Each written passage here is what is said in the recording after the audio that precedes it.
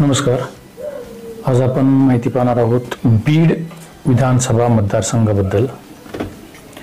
बीड विधानसभा मतदारसंघाचा क्रमांक आहे 230. आपण बीड मतदारसंघामधील 1962 पासून ते 2019 पर्यंत झालेल्या निवडणुकीचा आढावा घेणार आहोत.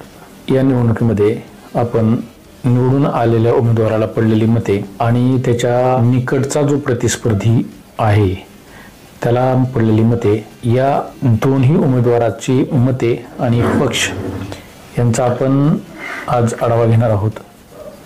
आणि या मतदारसंघामधून कोण निवडून आलं, कुठल्या पक्षाचा उमेदवार निवडून आला, कुठल्या पक्षाचा आमदार निवडून आला, याबद्दल आज आपण माहिती घेणार आहोत. बीड विधानसभा मतदारसंघाचा आढावा घेण्यापूर्वी आपण जर माझ्या चॅनलला सबस्क्राईब केलेलं नसेल तर सबस्क्राईब जरूर करा, जेणेकरून तुम्हाला यापुढील राजकीय पटलावर असणाऱ्या वेगवेगळ्या मुद्द्यांविषयी आपल्याला माहिती मिळणार आहे. त्याच्याबरोबरच हा जो व्हिडिओ आहे तो इतरांनाही शेअर करा आणि लाईक करायला विसरू नका. जर आपल्याला यापेक्षा वेगळ्या काही गोष्टींची माहिती हवी असेल तर त्याबद्दल खाली कमेंटमध्ये.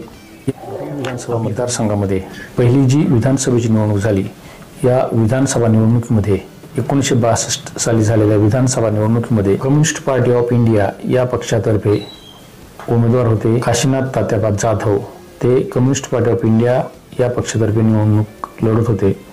तर त्यांचे जवळचे प्रतिस्पर्धी शांताबाई रतनलाल या काँग्रेस पक्षाकडून निवडणूक लढत होत्या.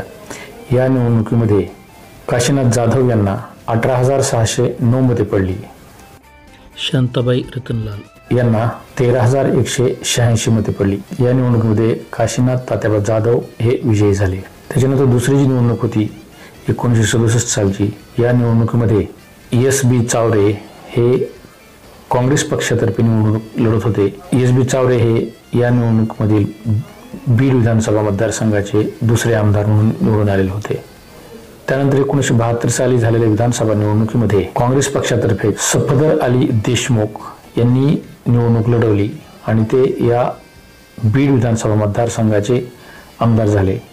त्यानंतर 1978 साली झालेल्या विधानसभा निवडणुकीमध्ये आदिनाथ लिंबाजी नवले हे जनता पार्टीतर्फे बीड विधानसभेची निवडणूक लढले. त्यांना जवळचे प्रतिस्पर्धी म्हणून केशरबाई सोनाजीराव क्षीरसागर यांनी काँग्रेसतर्फे निवडणूक लढवली. या निवडणुकीमध्ये आदिनाथ लिंबाजी नवले यांना जनता पार्टीतर्फे निवडणूक लढत असताना 27,069 मते पडली. तर त्यांच्या जवळच्या प्रतिस्पर्धी केशरबाई सोनाजीराव क्षीरसागर या इंडियन नॅशनल काँग्रेसकडून निवडणूक लढत होत्या. त्यांना 14,499 मते पडली. त्यानंतर 1980 साली झालेल्या विधानसभा निवडणुकीमध्ये राजेंद्र साहेबराव जगताप यांनी काँग्रेस युतर्फे निवडणूक लढवली. तर त्यांचे जवळचे प्रतिस्पर्धी म्हणून श्रीपतराव लिंबाजी कदम यांनी इंडियन नॅशनल काँग्रेस या पक्षातर्फे निवडणूक लढवली. या निवडणुकीमध्ये राजेंद्र साहेबराव जगताप हे विजयी झाले. त्यांना 24,626 मते पडली.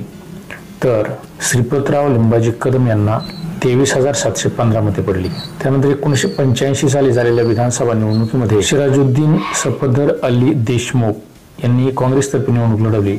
तर त्यांचे जवळचे प्रतिस्पर्धी म्हणून राजेंद्र साहेबराव जगताप यांनी अपक्ष म्हणून निवडणूक लढवली. या निवडणुकीमध्ये सिराजुद्दीन सफदर अली देशमुख यांना 24,581 मते पडली. तर राजेंद्र जगताप यांना 21,342 मते पडली. सिराजुद्दीन देशमुख 1990 साली झालेल्या विधानसभा निवडणुकीमध्ये सुरेश निवृत्ती नवले यांनी शिवसेना पक्षातर्फे निवडणूक लढवली. त्यांना जवळचे प्रतिस्पर्धी होते राजेंद्र साहेबराव जगताप. ते याही निवडणुकीमध्ये अपक्ष लढत होते. या निवडणुकीमध्ये सुरेश निवृत्ती नवले यांना 43,643 मते पडली. तर राजेंद्र जगताप यांना 29,626 मते पडली. या निवडणुकीमध्ये सुरेश नवले विजयी झाले. 1995 साली झालेल्या विधानसभा निवडणुकीमध्ये पुन्हा सुरेश नवले यांना शिवसेनेतर्फे उमेदवारी मिळाली. तर त्यांना जवळचे प्रतिस्पर्धी होते जयदत्त क्षीरसागर. ते इंडियन नॅशनल काँग्रेस निवडणूक लढवत होते. या निवडणुकीमध्ये सुरेश नवले यांना 67,732 मते पडली, तर जयदत्त क्षीरसागर यांना 41,041 मते पडली. या निवडणुकीमध्ये सुरेश नवले हे विजयी झाले. 1999 साली झालेल्या विधानसभा निवडणुकीमध्ये सय्यद सलीम अली हे राष्ट्रवादी काँग्रेसतर्फे निवडणूक लढत होते, तर त्यांचे प्रतिस्पर्धी म्हणून सुनील धांडे हे शिवसेना पक्षातर्फे निवडणूक लढत होते. या निवडणुकीमध्ये सय्यद सलीम अली यांना 44,978 मते पडली, तर सुनील धांडे यांना 41,802 मते पडली. या निवडणुकीमध्ये सय्यद सलीम अली हे विजयी झाले. 2004 साली झालेल्या विधानसभा निवडणुकीमध्ये सुनील सूर्यबान धांडे यांनी शिवसेनेतर्फे निवडणूक लढवली, तर सय्यद सलीम अली यांनी राष्ट्रवादी काँग्रेसतर्फे निवडणूक लढवली. या निवडणुकीमध्ये सुनील धांडे यांना 86,581 मते पडली, तर सय्यद सलीम अली यांना 71,308 मते पडली. या निवडणुकीमध्ये सुनील धांडे हे विजयी झाले. 2009 साली झालेल्या विधानसभा निवडणुकीमध्ये जयदत्त सोनाजीराव क्षीरसागर यांनी राष्ट्रवादी काँग्रेसतर्फे निवडणूक लढवली, तर सुनील सूर्यबान धांडे यांनी शिवसेना पक्षातर्फे निवडणूक लढवली. या निवडणुकीमध्ये जयदत्त सोनाजीराव क्षीरसागर यांना 1,09,163 मते पडली, तर सुनील धांडे यांना 33,246 मते पडली. या निवडणुकीमध्ये जयदत्त क्षीरसागर हे विजयी झाले. 2014 साली झालेल्या विधानसभा निवडणुकीमध्ये जयदत्त क्षीरसागर यांनी राष्ट्रवादी काँग्रेसतर्फे निवडणूक लढवली, तर त्यांचे प्रतिस्पर्धी म्हणून विनायक तुकाराम मेटे यांनी भारतीय जनता पार्टीतर्फे निवडणूक लढवली. या निवडणुकीमध्ये जयदत्त क्षीरसागर यांना 77,134 मते पडली, तर विनायक तुकाराम मेटे यांना 71,602 मते पडली.